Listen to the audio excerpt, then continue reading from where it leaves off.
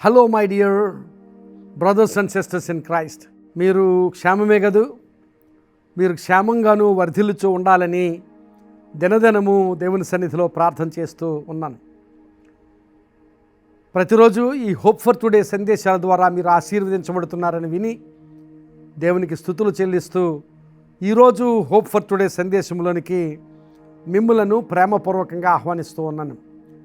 ఈరోజు ఫిలిప్పీలకు రాసిన పత్రిక 2వ అధ్యాయము 3వ వచనాన్ని మీ ముందుంచుతూ ఉన్నాను. ఫిలిప్పీలకు రాసిన పత్రిక 2వ అధ్యాయము 3వ వచనం. కక్ష చేతనైనను వృధాతిశయము చేతనైనను ఏమీయూ చేయక వినయమైన మనస్సు గలవారై ఒకనినొకడు తనకంటే యోగ్యుడని ఎంచుడి. ఈ మాటలు చాలా ఆశీర్వాదకరమైన మాటలు. ఒకనినొకడు తనకంటే యోగ్యుడని ఎంచమని దేవుని వాక్యం మాట్లాడుతోంది. యోగ్యుడు అనే మాట మనం సాధారణంగా వినియోగించం. మనము ఎదుటివారిని చూసినప్పుడు, ఎదుటివారిని ఎవరినైనా చూసినప్పుడు ఏ విషయంలో మనకంటే వారు తక్కువ వారో ఆ విషయాన్ని బట్టి వారిని ఎంచుతూ ఉంటాం. ఒకవేళ ఒక వ్యక్తి మంచిగా ప్రార్థన చేయగలిగేవాడైతే ఎదుటి వ్యక్తి అంతగా ప్రార్థన చేయని స్థితి ఉంటే దానిని బట్టి నేను అతనికంటే ప్రార్థనా పరుణ్ణి అని అతన్ని ఎదుటి వానిని చిన్నచూపు చూస్తూ ఉంటాం. ఒక ప్రార్థన విషయంలోనే కాదు, అనేకమైన విషయాల్లో ఏ విషయంలోనైనా ఎదుటి వానిని చిన్నచూపు చూసే స్థితి, ఎదుటి వానిని తృణీకరించే స్థితి, ఆ స్థితిని గురించి దేవుని వాక్యం మాట్లాడుతుంది. ఒకనినొకడు తనకంటే యోగ్యుడని ఎంచుకోవాలి. నేను నిన్ను ఎంచేటప్పుడు నాకంటే నీవు యోగ్యుడవని ఎంచాలి. నీవు నన్ను ఎంచేటప్పుడు నీకంటే నేను యోగ్యుడనని నీవు ఎంచాలి. అది వాక్యానుసారమైన ఆలోచన స్థితి. ఆ తర్వాత మాటల్లో చదివితే మీరు ఒకరినొకడు యోగ్యుడు అని ఎంచడం మాత్రమే కాదు, ఒకరి కార్యములు, మీ సొంత కార్యములు మాత్రమే కాక ఇతరుల కార్యాలు కూడా మీరు చేస్తూ ఉండాలి. క్రీస్తు యేసుకు కలిగిన ఈ మనసు మీరును కలిగి ఉండడు అన్నాడు. యేసుక్రీస్తు ప్రభు ఆయనకు కలిగిన మనసు ఏమిటంటే ఇతరుల కార్యాలు చూడడం. ఇతరులను చిన్నచూపు చూసే స్థితి ఎంతమాత్రం కూడా యేసుక్రీస్తు ప్రభువులో కనిపించదు. అందుకనే దేవునితో సమానమైన వాడుగా ఉండుట ఆయన విడిచిపెట్టకూడని భాగ్యమని ఎంచుకొనకుండా ఆయన మనుష్యుడిగా పుట్టి అందులోనూ దాసుని స్వరూపము ధరించుకొని తను తానే రిక్తునిగా చేసుకొనేను అని దేవుని వాక్యం మాట్లాడుతూ ఉంది. అలాగూ తను తానే రిక్తునిగా చేసుకోవడం వల్ల దేవుడు ఆయనను ఎంతగా హెచ్చించాడో దేవుని వాక్యం సూచించింది. ఒకవేళ నీవు ఆశీర్వదించబడాలంటే ఎదుటి వానిని యోగ్యుడు అని ఎంచాలి. నీ స్నేహితుడైనా, నీతో పనిచేసే కొలీగ్, నీతో పనిచేసేవాడైనా, లేక నీ బంధువు అయినా, నీ సంఘంలో ఉన్నవారైనా, చివరికి నీ కుటుంబంలో ఉన్నవారైనా ఎదుటి వారిని యోగ్యులని ఎంచగలిగితే అలాంటి ఎంచిన స్థితిలో దేవుడు నిన్ను ఆశీర్వదిస్తాడు. నిన్ను ఉన్నతమైన స్థితికి దేవుడు హెచ్చిస్తాడు. యేసుక్రీస్తు ప్రభు ఒక ఉపమానం చెప్పారు. తామే నీతిమంతులమని అనుకునే వారి గురించి ఆయన పరిసయ్యుడు, సొంకరి అనేవారు ప్రార్థించిన స్థితిని గూర్చిన ఉపమానం చెప్పారు. పరిసయ్యుడు తనలో తానే ప్రార్థన చేసుకుంటున్నాడట. ఏమని?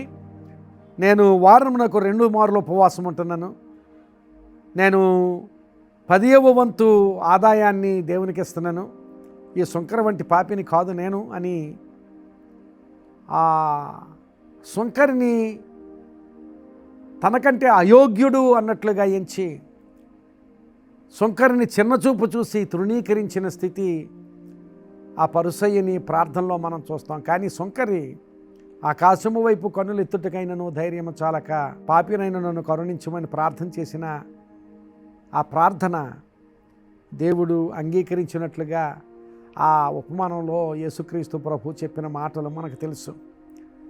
ఇక్కడ పరిసయ్యుడు ఎదుటి వానిని తృణీకరించాడు, ఎదుటి వానిని చిన్నచూపు చూశాడు. అలాంటి స్థితి ప్రియులారా మనకొద్దు.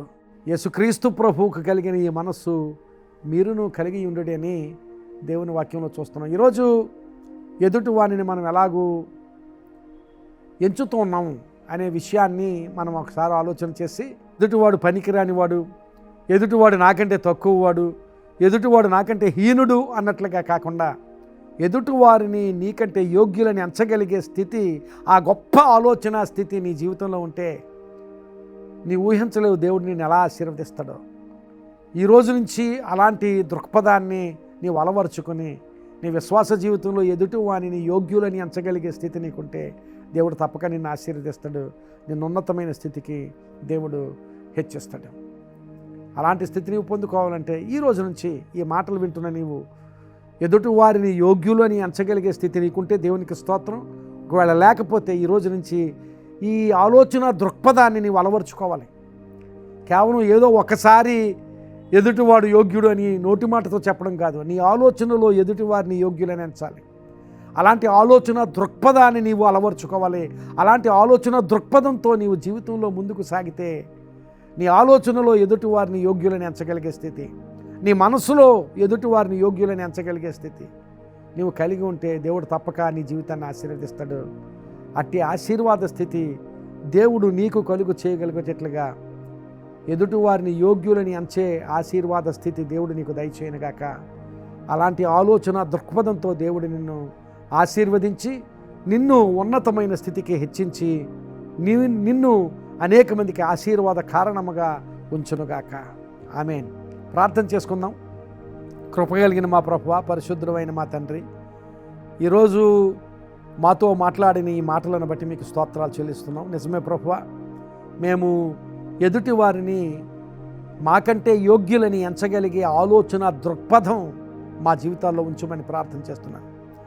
కేవలం ఎదుటివారిని యోగ్యులని నోటి మాట పలకడం మాత్రమే కాదు ప్రభు, అలాంటి ఆలోచన దృక్పథంతో నేను ఈ మాటలు విన్న మేమందరం ఉండగలిగినట్లు సహాయం చేయండి. తద్వారా మేము ఆశీర్వదించబడినట్లు నీ కృప మాకు దయచేయమని ప్రార్థన చేస్తున్నాం. ఈ మాటలు విన్న వారందరూ ఇటు ఆలోచన స్థితిని పొందుకోగలిగేటట్లుగా నీ కృప వారికి దయచేయమని, అట్టి కృపతో వారిని నింపుమని ప్రార్థన చేస్తున్నాను. వారి అవసరతల్లోనూ వారి సమస్యల్లోనూ మీ సహాయం వారికి దయచేయమని ప్రార్థన చేస్తూ యేసునామమున అడుగుచున్నాను తండ్రి. ఆమేన్. God bless you my friend. Have a wonderful day. ఈ సందేశం మీకు ఆశీర్వాదకరంగా ఉంటే తప్పక మీ ఫ్రెండ్స్కి, మీకు తెలిసిన వారికి షేర్ చేయండి. వాళ్ళు ఆశీర్వదించబడితే దేవుడు మిమ్మల్ని కూడా ఆశీర్వదిస్తాడు. God bless you.